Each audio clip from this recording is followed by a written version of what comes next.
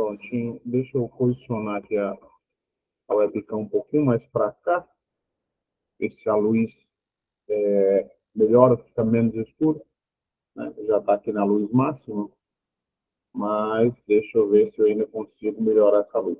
Prontinho, né? Vamos aí aos nossos PowerPoints, a nossa aula, e vamos desmantelar aqui esse assunto da aula de hoje, que é um assunto sobre energia, né? E desmantelar também algumas convicções, algumas coisas estranhas que ao longo da história foram construídas quando, quando nós nos referimos aí à energia, tá? Então, de antemão,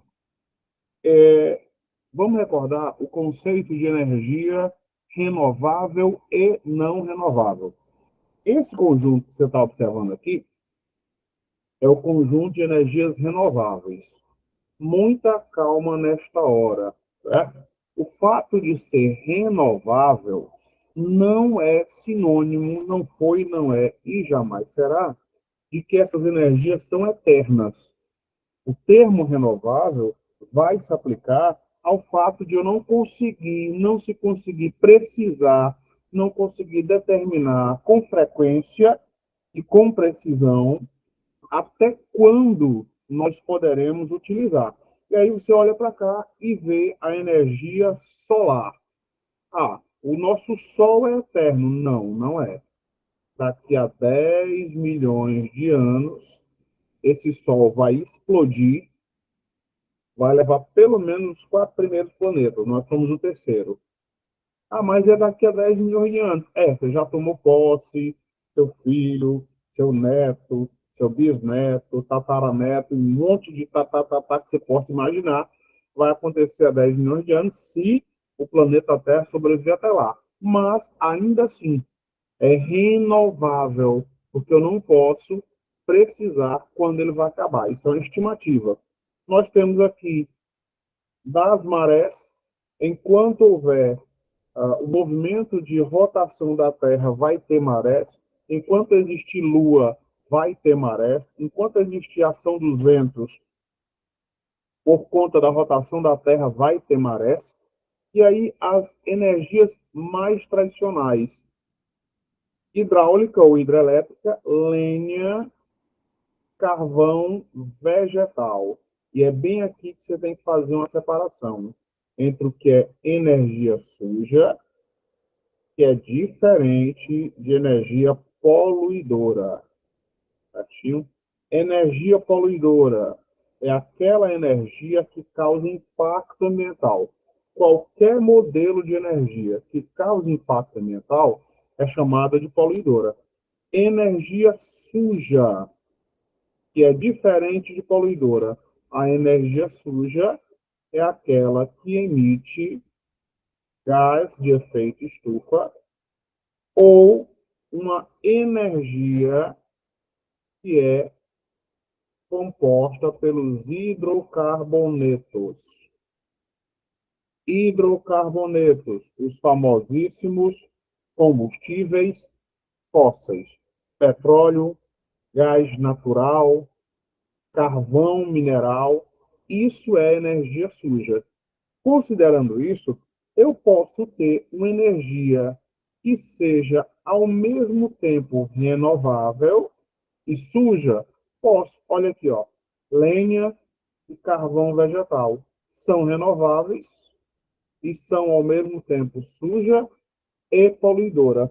São renováveis porque enquanto houver área para que eu possa desmatar, eu vou ter a utilização desse recurso. E suja porque emitem os famosíssimos gases de efeito estufa.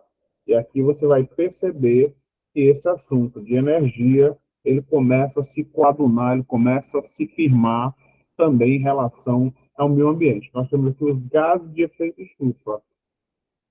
Esse gás que nós produzimos diariamente, o CO2, através do processo de respiração, o CH4, o famoso metano, o gás da putrefação, o gás da digestão, está presente nos cemitérios, nos lixões, nos aterros. tá? No processo digestivo dos animais, né? CO2 e CH4. Um outro que pouca gente recorda, pouca gente fala, é o tal do óxido nitroso, vulgarmente conhecido como gás do riso. Ele demora pelo menos 150 anos para se dispersar da nossa atmosfera. Tranquilo? Deixa eu voltar aí para vocês, ver se existe alguma dúvida, senão nós avançamos. Até aqui tudo na paz, tudo tranquilo, assunto tranquilo, energia, energia renovável, energia não renovável, alternativa, energia convencional ou energia tradicional. A banca vai cobrar dentro desses moldes, tá? Ela não vai reinventar a roda. Será costumeiramente um assunto tranquilo, a não ser que o viés ideológico de quem elaborou a questão possa aparecer. Por exemplo, o Brasil comprou uma refinaria há muito tempo em Pasadena, tá? Nos Estados Unidos. Então, era uma dinâmica muito estranha para você levar petróleo do Brasil para lá, refinar lá e trazer de volta. Os custos eram imorais, certinho? Então, pode ser que o elaborador da banca puxe essa temática. Caso contrário, muito tranquilo. Vamos avançar, beleza? Nós temos aqui a usina hidrelétrica ou hidroelétrica, certinho? Tem um conjunto, todo modelo energético tem um conjunto de vantagens e um conjunto de desvantagens. Isso é comum. Primeiro, é renovável. Enquanto tiver chuva, tranquilo. É relativamente segura, né? E o custo é razoável, dependendo da região. Por que é que eu digo razoável?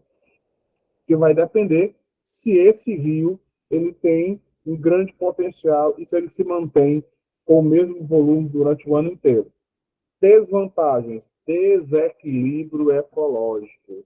Eu tenho que alagar, áreas imensas para a produção de energia elétrica. Itaipu foi um exemplo, Belo Monte outro exemplo, usina de Três Gargantas, na China, outro exemplo. Eu tenho que ter condições específicas. Entre elas, eu tenho que ter rios de planalto, rios que terminem em queda d'água. Tá? O rio vem aqui, termina numa queda d'água, e aqui eu monto a minha represa.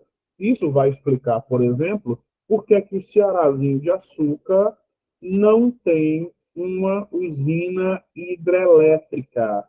Os rios cearenses são rios de planície.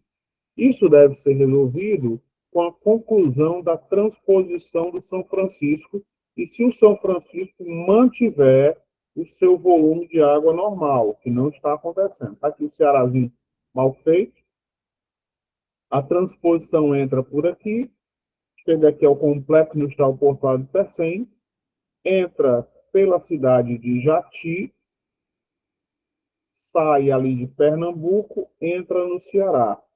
E aí, entre o Ceará e o Pernambuco, eu tenho aí um desnível, uma diferença de altitude de até 60 metros. Isso aqui vai possibilitar, um dia, não vou dizer que é breve, um dia, que nós tenhamos aí esse salto. E com esse salto, a probabilidade, a possibilidade de nós termos duas usinas hidrelétricas no estado do Ceará. Ele está em processo aí de formação. Eu tenho que ter também chuvas regulares. Qual é o grande problema da usina hidrelétrica? O problema da usina hidrelétrica do Brasil, geralmente aparece isso aqui, ó, UHE, é que o Brasil é extremamente dependente desse modelo e dessa matriz energética.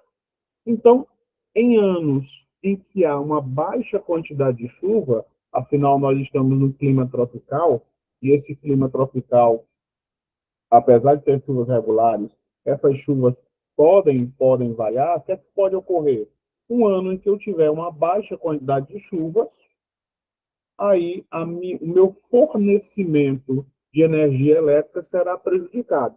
Na época do Fernando Henrique Cardoso, né, o Fernando Henrique Cardoso, nosso ex-presidente, ele teve a coragem, na verdade, ele teve o descaramento, a disfarçatez de dizer que a culpa era de São Pedro, que não mandou chuva. E aí nós passamos anos e anos pagando a taxa do apagão.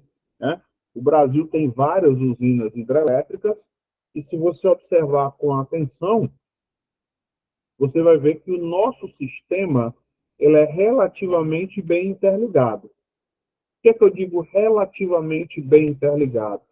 Porque se você olhar bem por aqui assim, ó, pertinho, tá aqui Iguaçu, ó, Itaipu.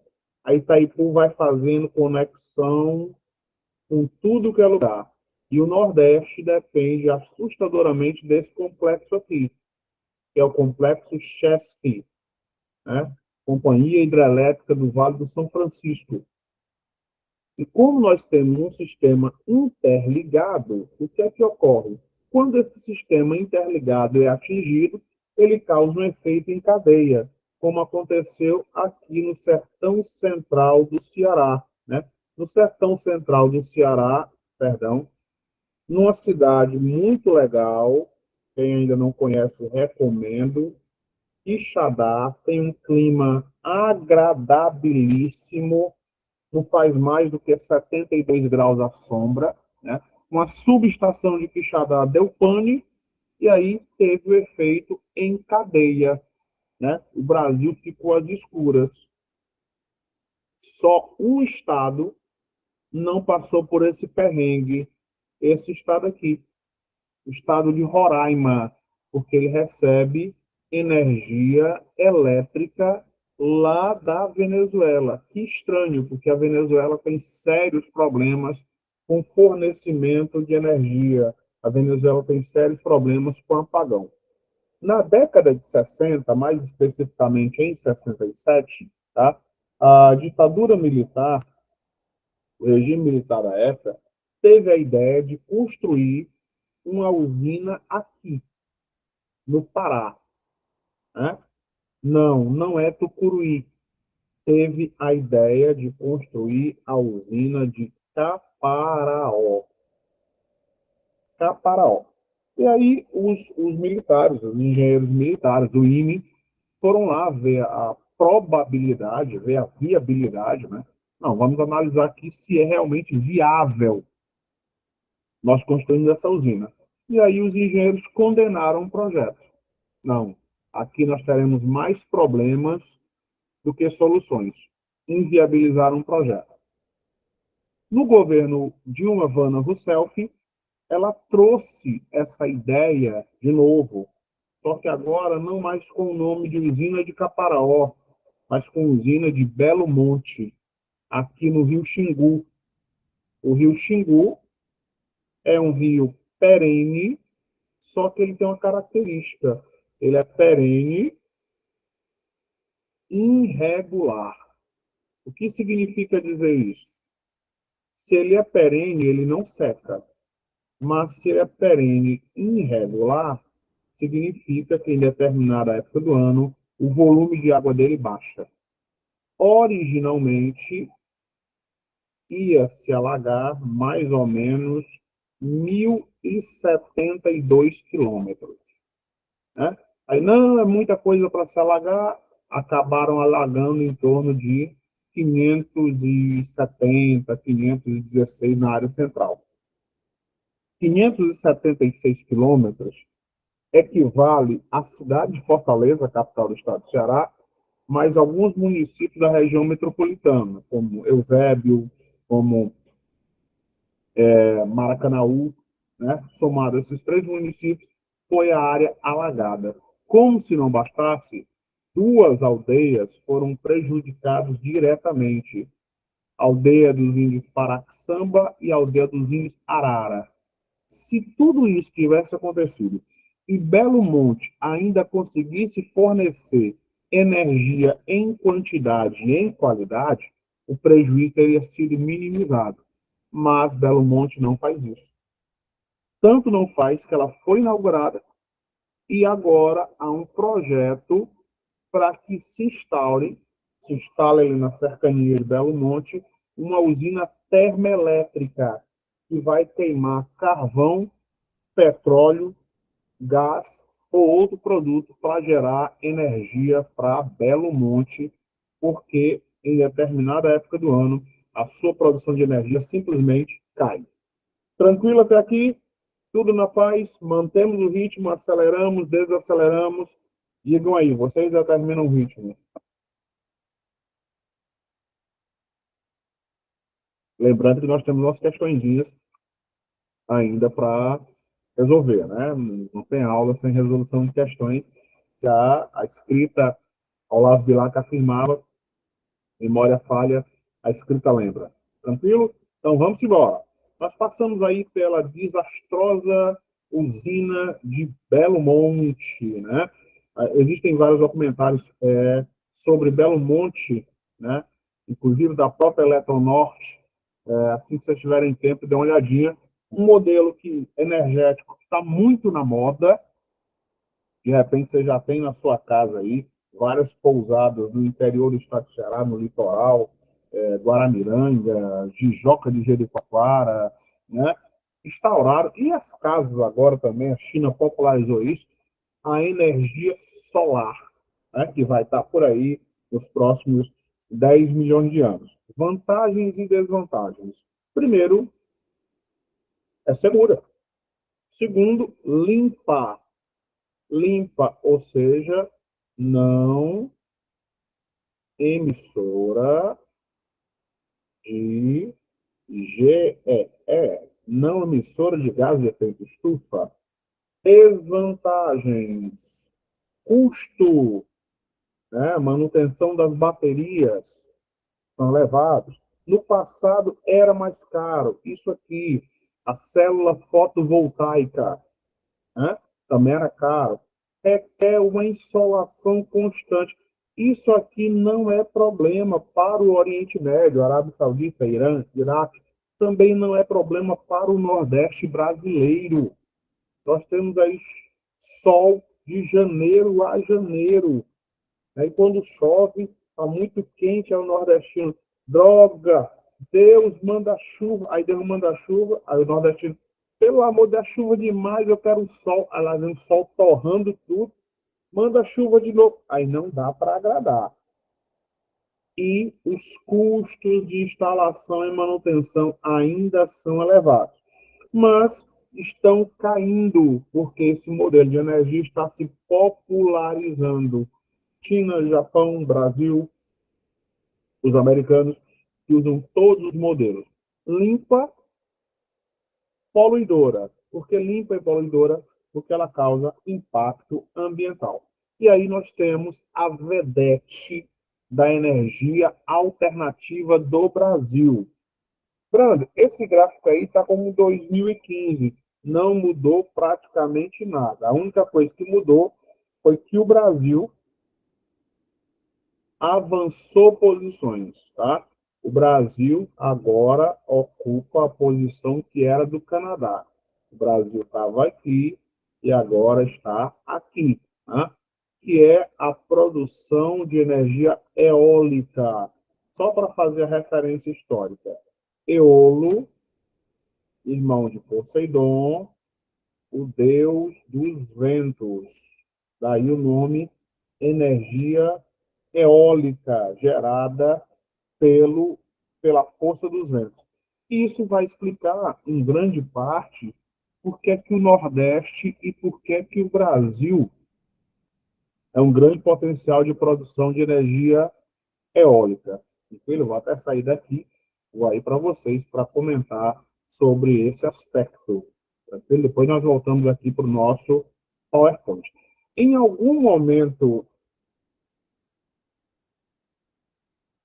em algum momento da vida de vocês, na vida acadêmica, vida estudantil, vocês ouviram falar das grandes navegações, né?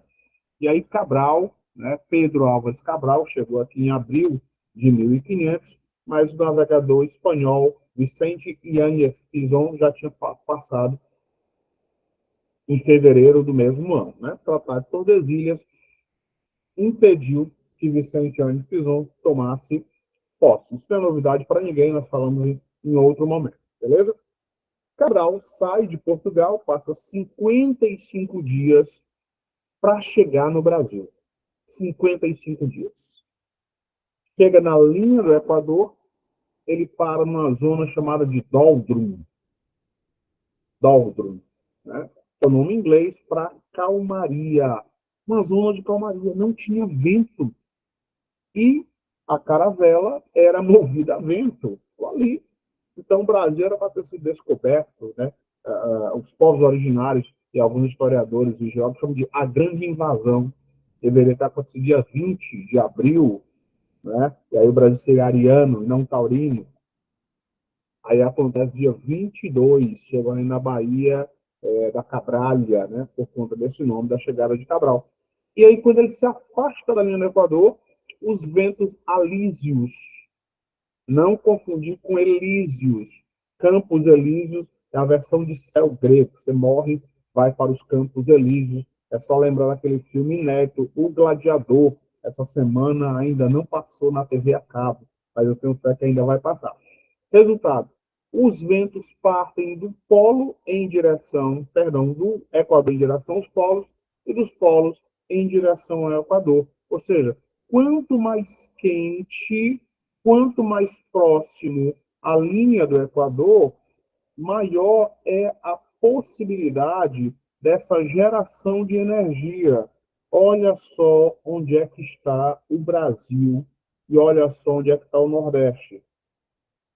Dando ênfase para o Cearazinho de açúcar. Ó. Aqui é o Ceará. Aqui a nossa linha do Equador e os ventos que partem da linha do Equador. E também partem da região fria, né? Recordem a última vez que vocês foram à praia tomar banho de mar, né? Embora o Brasil não tenha mar, o Brasil tem, na verdade, é oceano. Durante o dia, o vento sopra do oceano, do mar, em direção à terra. A água está fria e a terra está quente. Essa diferença de pressão movimenta o ar. Durante a noite, a situação se inverte. Né? E aí você, que é fã da música popular brasileira, maravilhosa, né? Você vai lembrar de uma música de Belchior, né? A famosíssima música chamada Mucuripe. Brando, essa daí não é do Fagner. Não, o Fagner canta mais comumente. Mas essa música é do Belchior, né?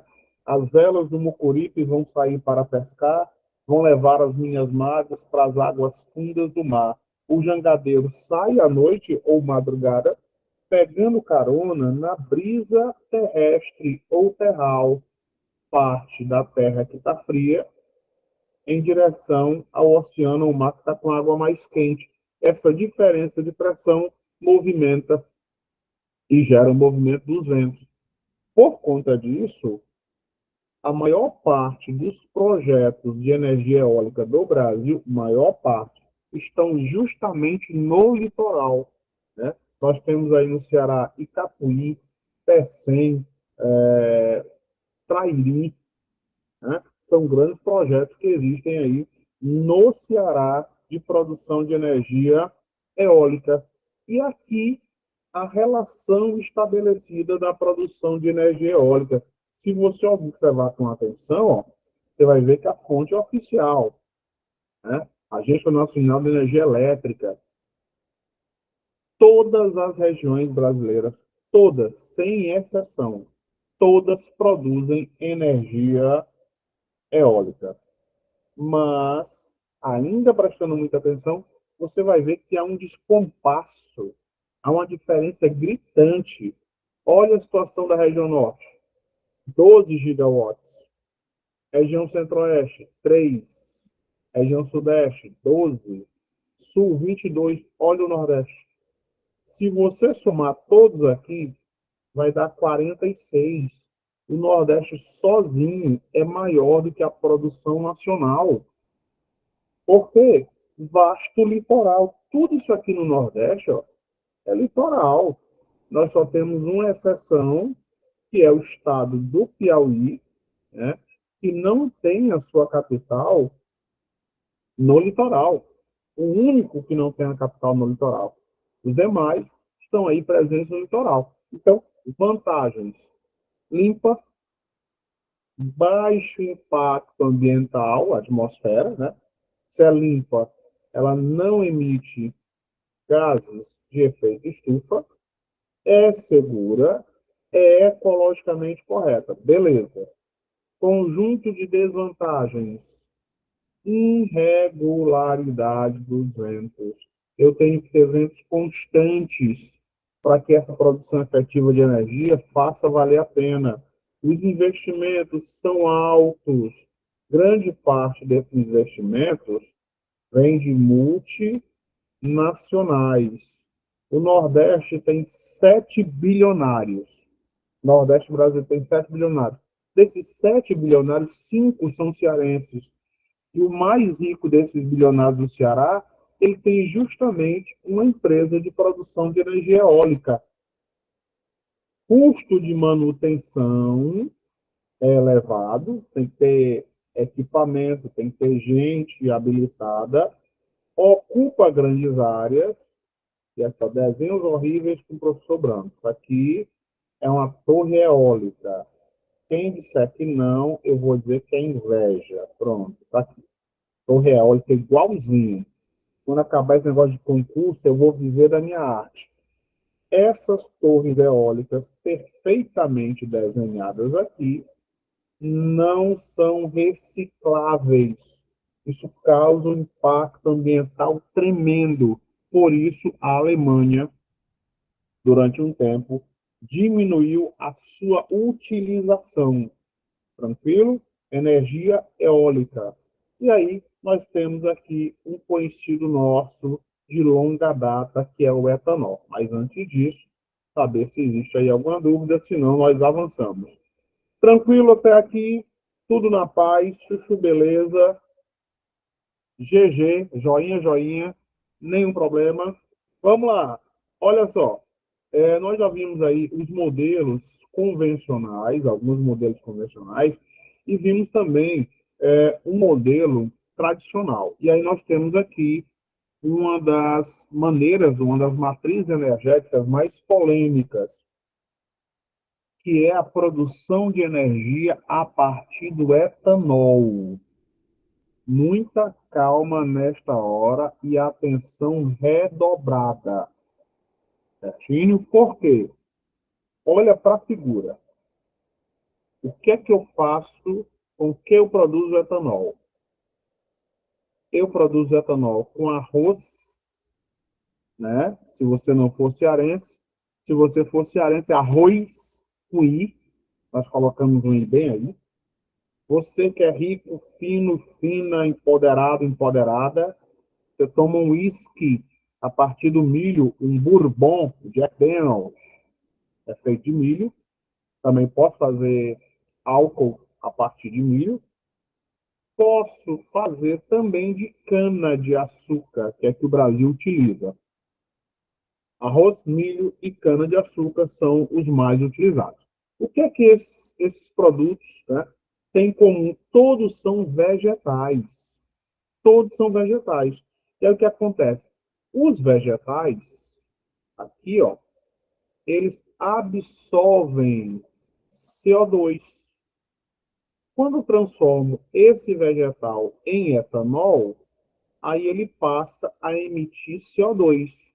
Mas espera lá, ele absorveu o CO2 como planta e agora passou a emitir CO2. Em outras palavras, ele absorveu um e ele emitiu um. Na prática, quanto foi que ele emitiu de fato? Zero. Esse é o conceito do carbono neutro. Mas isso aqui só vai acontecer se e somente se eu utilizar 100% de etanol. Usei 100% de etanol, aí essa energia será limpa. Só etanol. Misturei etanol com gasolina. Aí sai da condição de 100% limpa e passa agora a bicombustível. Misturei o etanol com gasolina, passa a emitir gás de efeito estufa. O Brasil foi o primeiro país do planeta a utilizar etanol em 1914, né, no governo de Venceslau Braz. Então, vantagens e desvantagens. Primeiro, menor preço, é verdade. Mas quem é que regula o preço do etanol? A ANP, Agência Nacional do Petróleo. Por que a ANP vai regular o preço do etanol se o etanol não é petróleo? Porque se o preço do etanol cair muito, a população que tem veículo, moto, carro, vai migrar integralmente para o etanol, né? Até porque agora nós temos a chamada tecnologia flex, né? Carros usam etanol, usam bicombustível. É renovável, enquanto eu tiver área para plantar, eu vou ter produção de etanol. O impacto atmosférico é menor do que os hidrocarbonetos. Onde eu produzo etanol, eu produzo alimentos, cana, arroz, milho. Depois que eu usei o canavial, eu planto ali soja ou feijão para recuperar as perdas nutricionais do solo e o custo elevado do petróleo. O petróleo é caríssimo quando comparado à produção de etanol, né? Toda vida que o Brasil, especialmente, mudou de alternativa de combustível, foi motivado por alguma crise externa. No caso do etanol, não foi diferente. Em 1973, a crise do petróleo, chamada Crise das Sete Irmãs, fez com que o Brasil lançasse um programa em plena ditadura militar, que foi o programa do Proálcool, produção de álcool a partir da cana. No entanto, nessa época, nós não tínhamos a tecnologia flex, né? E aí chegava o período do inverno, o carro demorava uma eternidade para poder pegar. Desvantagens: poluentes nas plantações, produtos químicos, agrotóxicos e um subproduto chamado vinhaça, que contamina o solo e contamina também o cortador de cana. Exploração do trabalhador rural. É mais barato um trabalhador rural do que uma colheitadeira. Ocupa grandes áreas, e isso são apresentados como desvantagens em relação à produção de etanol. E aí nós chegamos nos grandes vilões do meio ambiente e as vedetes da produção de energia de modo geral, que são chamados hidrocarbonetos, vulgarmente conhecidos como combustíveis fósseis. Pelo amor de Deus, em nome de Nossa Senhora das Bicicletinhas. Ó, você está vendo aqui uma sigla, CISNE, certinho? Para que você entenda que os hidrocarbonetos não são minerais, eles são combustíveis. Para que seja mineral, essas cinco condições têm que ser compostas ou satisfeitas. É um composto inorgânico, simples, natural, com estrutura química. Os hidrocarbonetos são compostos, são simples, são naturais e têm estrutura química, mas não são inorgânicos, são orgânicos, combustíveis fósseis. Um dia foram insetos, um dia foram plantas, né?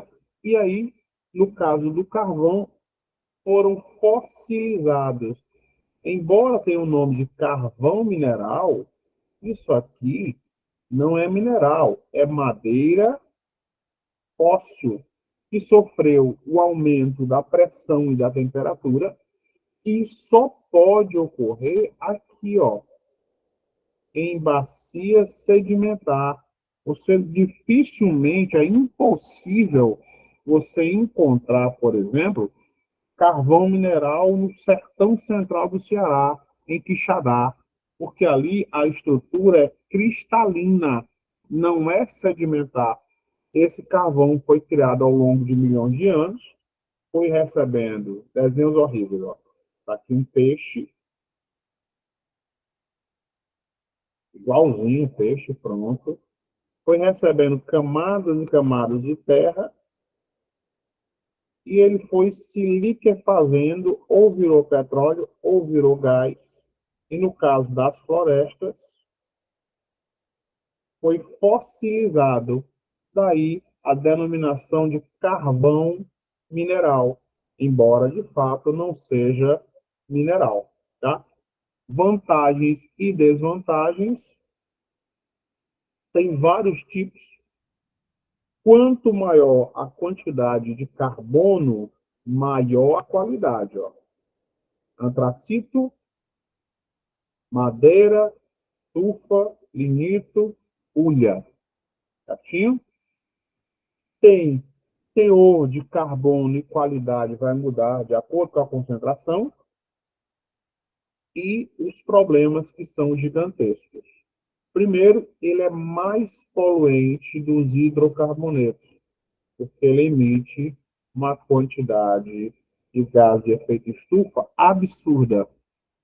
Altíssima produção de CO2 e o custo de exploração é alto, inclusive o custo humano é muito alto nesse processo de exploração do carvão mineral. Tranquilo? Vamos lá. Nós temos aqui, entre outras coisas, né, a nossa energia, a energia que move o mundo, o famigerado petróleo. Né? O maior produtor de petróleo mundial, certinho, são os americanos ainda. Aí você vai dizer assim, não pode. Os americanos até um dia desse não tinham petróleo, muita calma nesta hora. Antes mesmo da guerra da Ucrânia, né, e a Rússia aparece aí como uma grande produtor de petróleo também, os americanos já exploravam uma coisa chamada shale, que nós conhecemos como gasóleo. Isso aqui é obtido a partir de uma rocha chamada xisto. O Brasil também tem muito disso. Tá? Essa rocha, ao longo de milhões de anos, absorveu o petróleo. Quando ela é quebrada, triturada, gaseificada, liquefeita, ela é adicionada ao petróleo. Então, os americanos têm jazidas enormes de xisto. Com essa produção de gasóleo, aí os americanos passaram a configurar aqui como grandes produtores, tá? Mas isso aqui é desconsiderando, por exemplo, os produtores da OPEP, Organização dos Países Exportadores de Petróleo. Os americanos, por exemplo, não estão na OPEP. Quem é da OPEP? Arábia Saudita, Iraque, né? Quem mais? O Irã, Kuwait, Nigéria, país do Oriente Médio e da Ásia, certinho? Então, vantagens do petróleo: aquece rápido, vários produtos, entre eles plástico, o gás GLP, o gás de cozinha, que não tem cheiro, todo mundo sabe que o gás de cozinha não tem cheiro.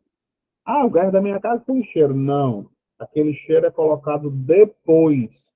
Aquele cheiro é colocado de forma artificial para que você tenha ideia da concentração de gás.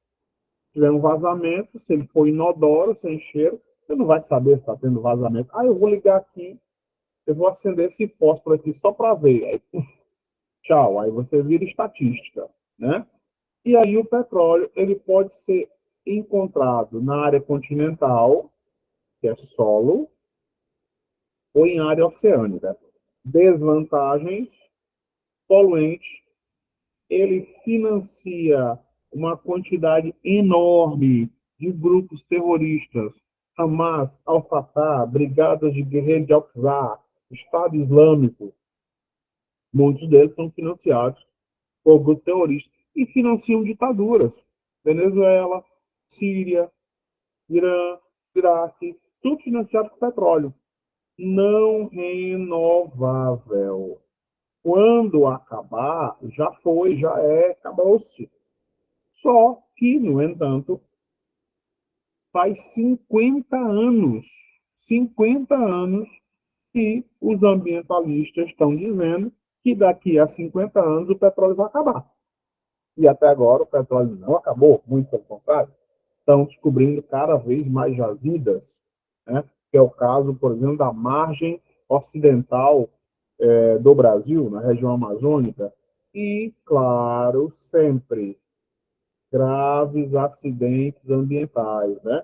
Derramamento de óleo na costa do Nordeste, explosão de uma torre petrolífera no México, no Golfo do México, e aí nós temos o nosso Brasilzinho de açúcar. Aqui nós vamos ter a região da produção do pré-sal. Muita calma nessa hora. Nós vamos ter os estados do pré-sal, nós vamos ter o polígono do pré-sal, certinho? E nós teremos duas situações, a faixa e a camada. Vamos explicando ponto a ponto, certinho? Vamos lá. Primeiro, a faixa. A faixa do pré-sal é a área onde hoje ele é produzido. E essa faixa do pré-sal vai do Espírito Santo até o Rio Grande do Sul. Essa é a faixa do pré-sal, certinho? A camada do pré-sal é a profundidade, que vai até aproximadamente 8.000 metros. Essa é a camada do pré-sal. Entre 3.500 metros e 8.000 metros, ou 8 quilômetros, aí eu vou ter a famosíssima camada ou profundidade do pré-sal.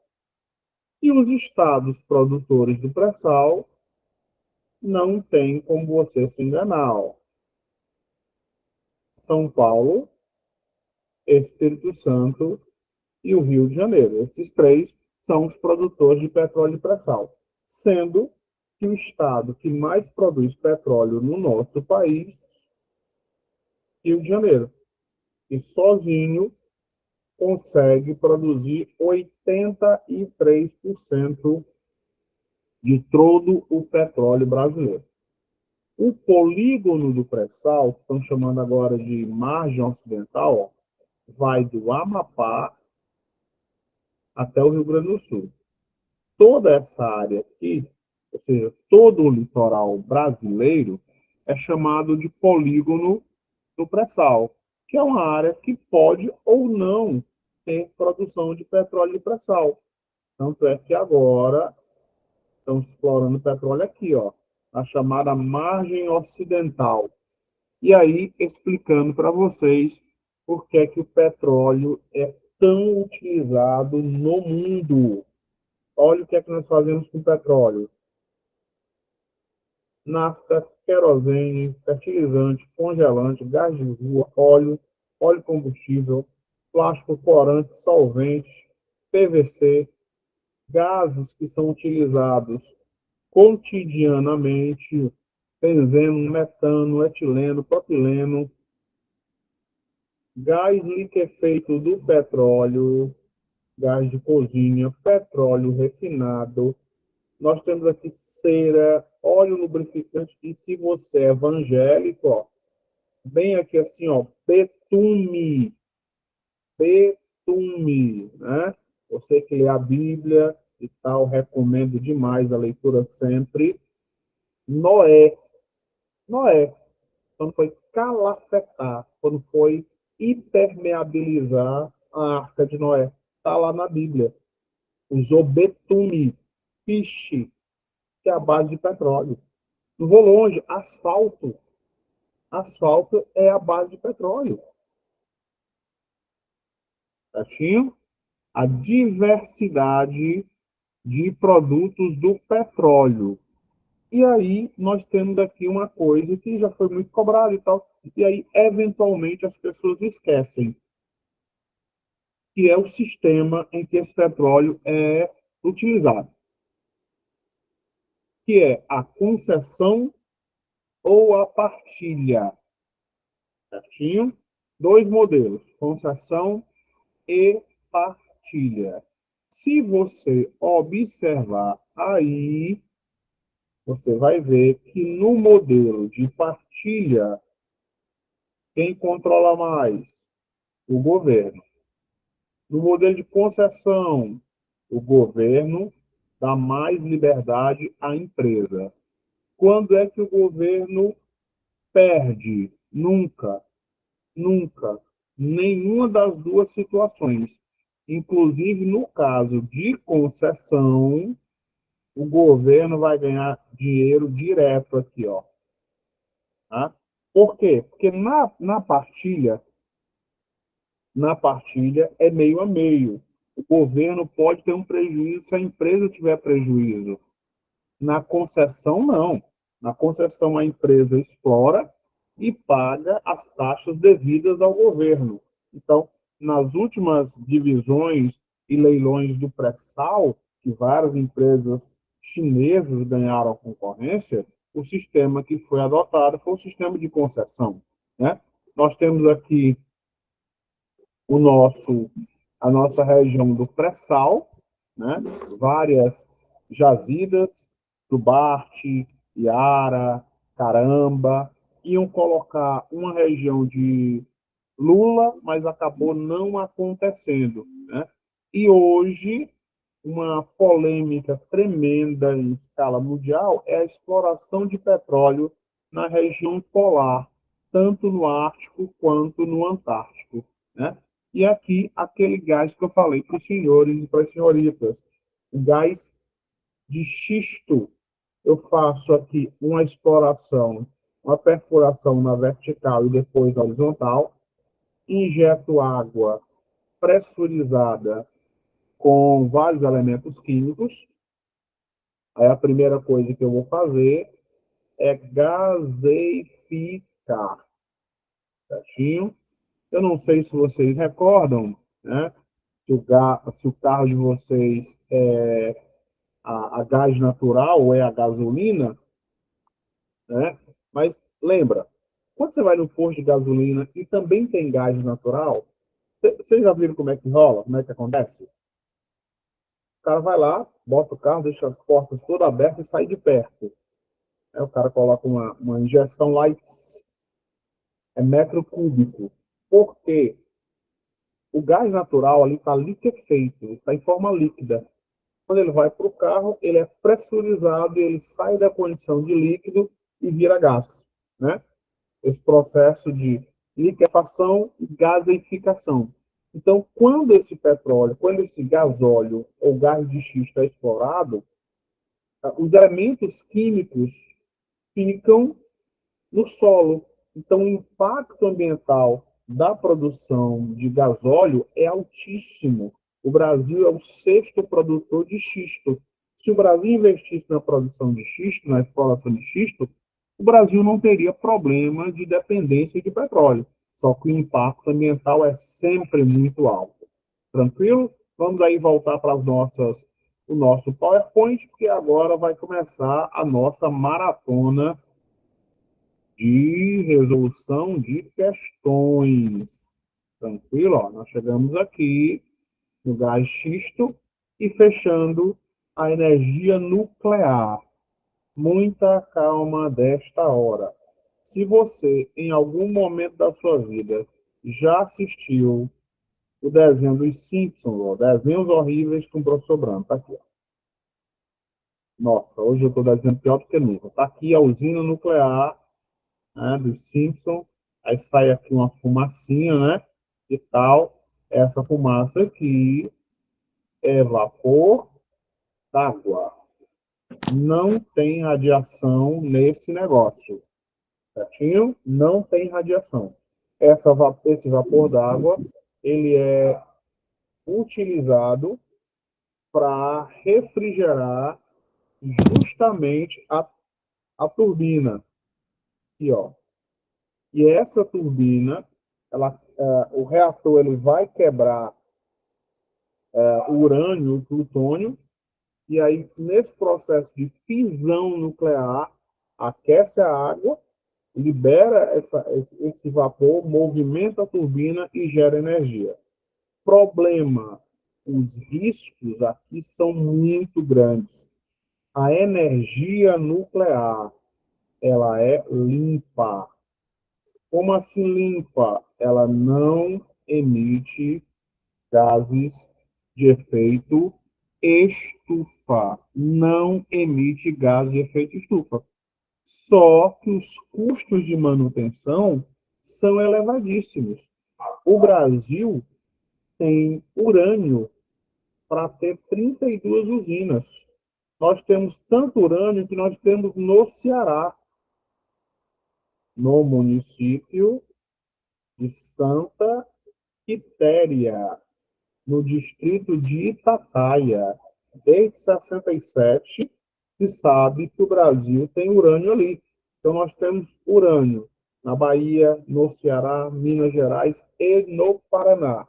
O Brasil só tem duas usinas nucleares, faz dezenas de anos, literalmente, que já era para ter concluído a terceira, que é a Angra 3, mas até agora nada. E aqui os países do BRIC, né? E a produção de energia nuclear. Você está vendo aí o Brasil com a sua produção de energia, na sequência a Argentina, né? Nós temos aqui a Índia, temos para cá o Japão, e os países que mais têm energia nuclear ou usinas nucleares em ordem são essas: Estados Unidos da América, depois, não é o Japão, depois é a França, e em terceiro lugar, o Japão. Tranquilo? Aqui o acidente de Fukushima, em 2011, e agora a nossa primeira questãozinha. Vou voltar aí para vocês, tranquilo, ver se tem alguma dúvida, senão a gente começa com a maratona de resolução de questões. Tranquilo até aqui, se cair na nossa prova aí uma questãozinha sobre energia, tá de boa, um dos meus alunos tá de boaça, não tem problema. Podemos agora dar um sacode nessas 10 questõezinhas. Nós temos mais ou menos aí meia hora para resolver 10 questões. Moleza. 0800. Beleza? Vamos aí dar um sacode nas nossas questões. Tranquilo? Eu ia até deixar aqui um minutinho para vocês resolverem, mas o horário está avançando, né? E aí, para maximizar o nosso tempo. Olha só a primeira questão. É de 2017, não muda nada. Tem algumas questões, né, que têm uma característica engraçada, que são questões que não envelhecem, não caducam. Às vezes ela só muda de alternativa, né? Às vezes era certa, passa a ser errada e vice-versa, mas a questão simplesmente não caduca. Olha a primeira questão. A empresa estatal Petróleos de Venezuela, a PDVSA, que está devendo uma porrada de dinheiro para o Brasil, e seus aliados começaram a estudar um plano B para encontrar mercados para o petróleo venezuelano se o presidente americano, à época Donald Trump, ampliar sanções e proibir importações. A Venezuela apostou todas as suas fichas na produção de petróleo. Então, toda vida que eu tenho uma crise no setor de petróleo, Ou seja, de superprodução, aí o preço cai. De redução da produção, aí o preço sobe. Em qualquer uma dessas duas situações, tá? Isso impacta diretamente o petróleo da Venezuela e dos grandes produtores, como Rússia, Irã, Iraque, o próprio Catar, que sediou aí a Copa. Então vamos lá. A possibilidade de embargo, né, de impedimento do petróleo da Venezuela por parte dos Estados Unidos passou a ser discutida com maior intensidade após o governo venezuelano. Primeiro, a Venezuela não rompeu com a ONU, nem com a OEA, Organização dos Estados Americanos. Diga-se de passagem, a OEA não reconhece a atual eleição do senhor Nicolás Maduro, até porque Nicolás Maduro não permitiu, né, uma auditoria, não permitiu que observadores internacionais participassem do processo eleitoral. Descarta o item A. B. Fechar completamente as suas fronteiras. Ele até pensou nisso, colocou tanques, mas aí os venezuelanos fugiram e fogem principalmente para dois países, para o Brasil e para a Colômbia. Nós temos muitos venezuelanos no Brasil, e o Brasil se limita com a Venezuela na região de Roraima. O item A e o item B eliminados. Você também vai eliminar de cara, né, essa questão aqui. Ele decretou estado de sítio. E ao decretar estado de sítio, o que é que ele fez? Ele começou a ter superpoderes. O Conselho Nacional Eleitoral da Venezuela, o CNE, em bom cearense, 90% foi nomeado pelo próprio Nicolás Maduro. Então, ele costumeiramente decreta o chamado estado de exceção. O estado de exceção permite que o presidente venezuelano, ou qualquer outro presidente que decrete tal do estado de exceção, possa assinar e criar decretos, criando lei do próprio punho. Escreveu, assinou, está valendo. Tranquilo? Eu vou voltar aí para vocês, ver se tem alguma dúvida, e aí, se não, nós avançamos para a segunda questão. Primeira questão tranquila, de boa, nenhum problema, nível fácil, né? Nada demais nessa questão sobre a temática do petróleo na Venezuela. E aí nós vamos para a segunda questão. Certinho? Podemos? Então vamos embora para a segunda questão. Na tela de vocês aí a nossa segunda questão. Né? Está suave, vai dar tempo de resolver aí todas as nossas questões. Olha a segunda, mais fácil ainda. Só erra se você quiser, né? Não tem erro. O Brasil ultrapassou o Canadá para se tornar em 2017 o oitavo país do mundo com maior capacidade instalada em usinas eólicas, com cerca de 12,8 gigawatts, em uma trajetória ascendente, né, subida dos investimentos na fonte renovável, que pode levar a um novo avanço no ranking neste ano. Disse a Reuters, a presidente da Associação Brasileira de Energia Eólica, a ABEÓlica. Tá? Você está vendo que o texto é do G1, é um texto de 2018, e, no entanto, a questão continua 100% atual. Com base em seus conhecimentos sobre a atualidade do tema, assinale a alternativa que apresenta a região com os melhores parques eólicos do Brasil. Se eu estou me referindo aos melhores parques eólicos do Brasil, eu vou eliminar essas duas regiões. Essas duas regiões produzem 3,1 gigawatts cada uma. Acabou. Aí nós ficamos com duas, Nordeste e Sudeste. Depois do Nordeste, a região que mais produz energia eólica é a Sul, disparado o Nordeste. Em ordem, são esses três estados que são os maiores produtores de energia eólica do Brasil, nessa ordem apresentada aqui. Rio Grande do Norte, Bahia e o Cearazinho de Açúcar. Não tem erro, cair na prova é questão certa. E aí vem agora uma questão um pouquinho mais puxada, só um pouquinho, né? Agente penitenciário do Piauí, a banca foi adaptada para se adequar à nossa realidade. E aí vem um texto um pouco maior, né, para não ter, para contextualizar, né, para embasar a nossa questão. Os preços de barris de petróleo estão em queda vertiginosa no mercado mundial. E na avaliação da Agência Internacional de Energia, IEA, a tendência de baixa cotação deve se manter até o final da década.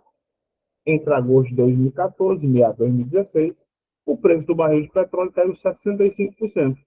Essa queda acentuada dos preços da principal fonte de energia mundial impacta de diferentes formas a geopolítica global, os investimentos das petrolíferas e a matriz energética global, sem nenhum problema, independente da data ser 2014, 2016. O texto fala que é uma tendência até o final da década. No entanto, ninguém contava com a guerra da Ucrânia e da Rússia. E a Rússia é um grande produtor de petróleo, então isso impacta os preços, mas não para baixo, sim para cima. Então vamos eliminar os absurdos.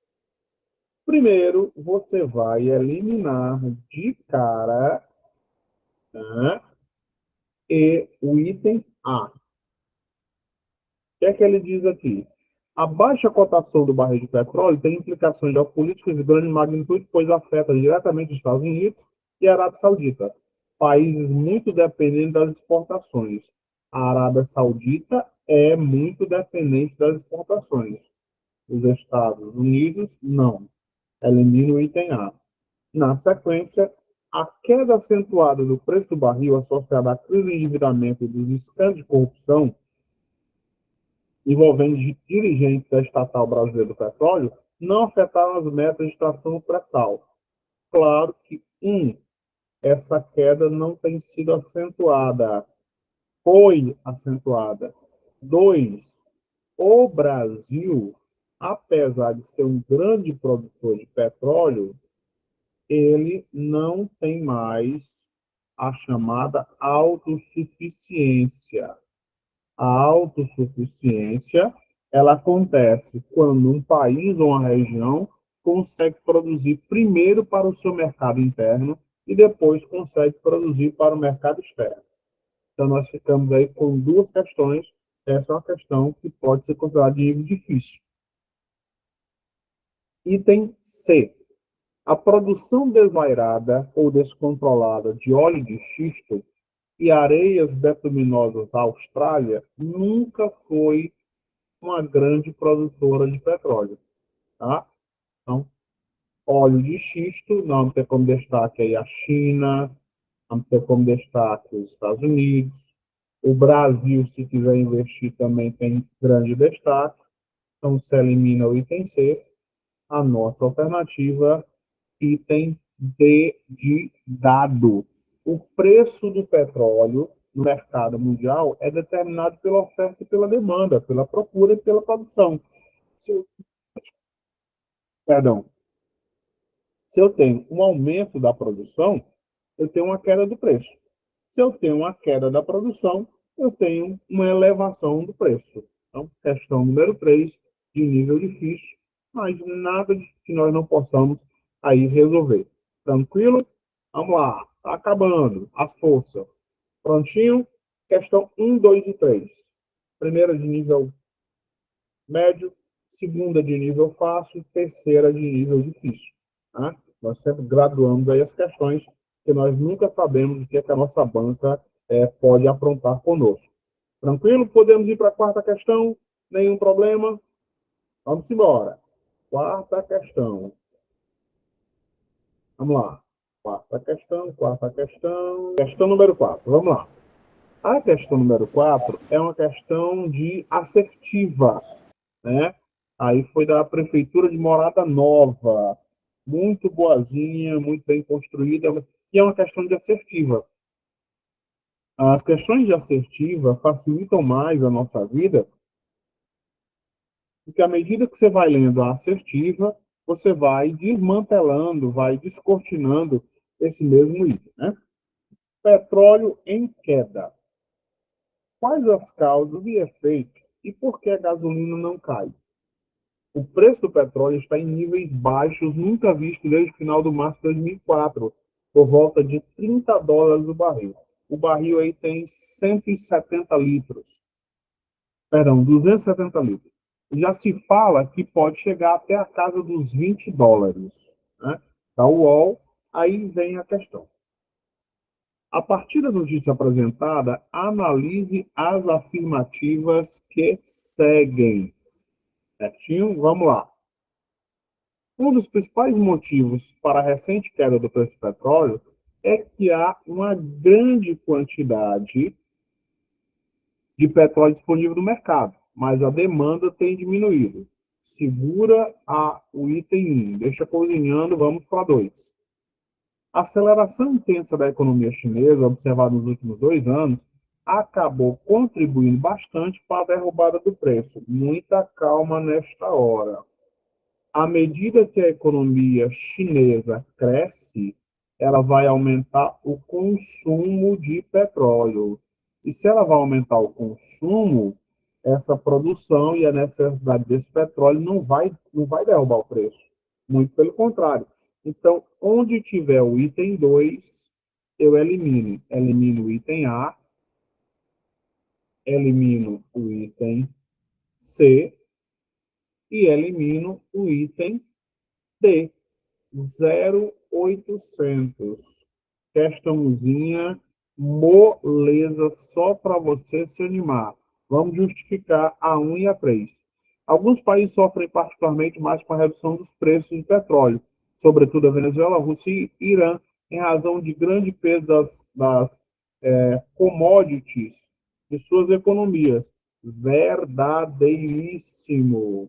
Tá? Ó, Venezuela, grande produtor, Rússia, grande produtor, Irã, grande produtor. E o item 1. Um dos motivos para a recente queda do preço do petróleo é que há uma grande quantidade de petróleo disponível no mercado, mas a demanda vem diminuindo. Nunca, enquanto tiver plástico, enquanto tiver carro movido a gasolina e a diesel, nós vamos ter a necessidade constante de petróleo. Então, somente o item 3 é correto, tá? Questão de nível fácil. Questão número 5 é uma questão que nós podemos considerar de mediana. Né? Nós sempre alternamos aí uma questão de nível fácil com a questão de nível mediano. Em 2015, tá? Eu acho, se eu não me engano, eu alterei na nossa questão a data. Em 2015, os Estados Unidos, país que não é membro da OPEP, a OPEP é um cartel, certinho? Toda vila que nós falarmos em cartel, cartel, não é cartel de drogas. Cartel é uma situação econômica em que eu tenho uma padronização de preços. Padronização de preços, né? Você vai no posto de gasolina, aí a gasolina, sei lá, tá R$ 6, né? Aí vai no outro, tá R$ 6, no outro R$ 6, no outro R$ 6. Os donos de postos de gasolina acordaram nesse dia, não, hoje nós vamos colocar o preço a R$ 6? Não, isso é padronização de preços, é cartel e é crime, né? Mas a OPEP é um grande cartel. Sobre essa fonte de energia, né, é correto afirmar a queda de oferta de petróleo em 2022, pelos países não membros da OPEP, é resultado do uso de energias alternativas, como os biocombustíveis e também a expansão da termoelétrica. Olha só, na termoelétrica, eu posso usar bagaço de cana, mas muito comumente eu uso diesel e carvão mineral. Então, se eu tiver expansão da termoelétrica, isso não vai significar de jeito nenhum de que eu estarei usando menos petróleo ou menos combustível fóssil. Se elimina o item A. Item B. O Brasil, país que não é membro da OPEP, destaca-se pela exploração de jazidas de petróleo em rochas vulcânicas. Nunca nós só podemos ter petróleo em rochas sedimentares. Se apareceu rocha vulcânica, isso aí é uma formação chamada de cristalina, que é uma rocha cristalina dura, resistente. O melhor é dar o exemplo. Pedra de calçamento, a famosa pedra de granito. Ali é um exemplo de rocha cristalina. Não existe petróleo em formação cristalina.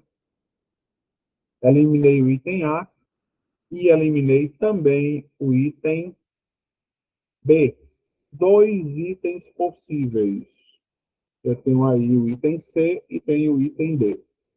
A elevação da produção de petróleo em países da OPEP, como Arábia Saudita, Rússia e China, Rússia e China não fazem parte da OPEP. Então, você vem para cá, a nossa alternativa, item C de casa. Ó, vamos agora para a questão número 6, certinho? A questão número 6 é uma prova da UES, né? A UES trabalha no mesmo circuito que a nossa banca, no circuito ABCD, né? Tanto é que ela está aqui, ó, como uma questão adaptada, porque essa prova particular da UES tinha um erro de gabarito. E aí eu fiz uma modificação, fiz uma correção, né? Vamos lá. Nos últimos tempos, muito se tem falado sobre a importância das fontes de energia. São fontes de energias renováveis, certinho? Primeiro, se aparecer qualquer hidrocarboneto, vulgarmente conhecido como combustível fóssil, se aparece hidrocarboneto ou combustível fóssil, de antemão não é renovável. Então vamos lá. Primeiro que eu elimino, carvão mineral, descartado, né?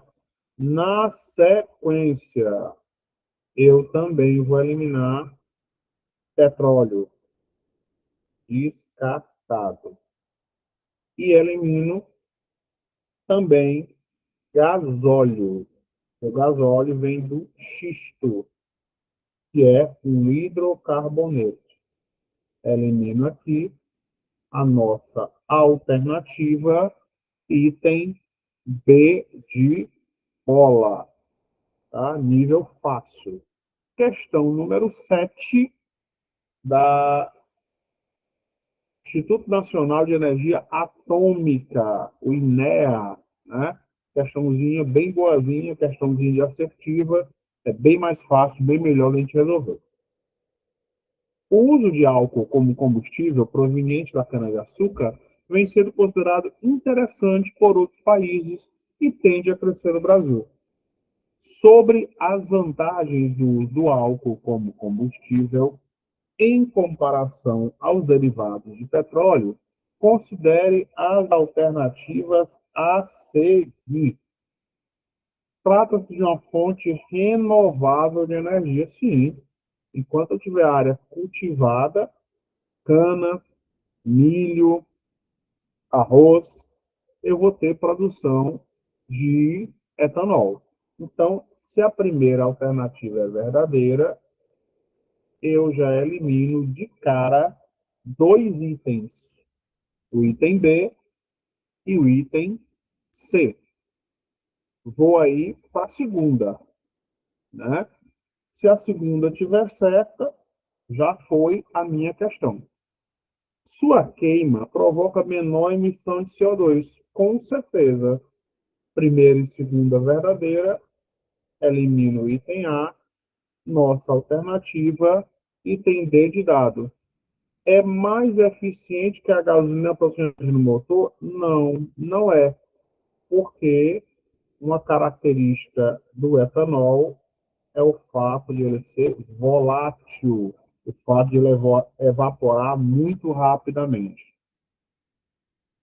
Questão número 8, também do INEA. Né? Vamos lá.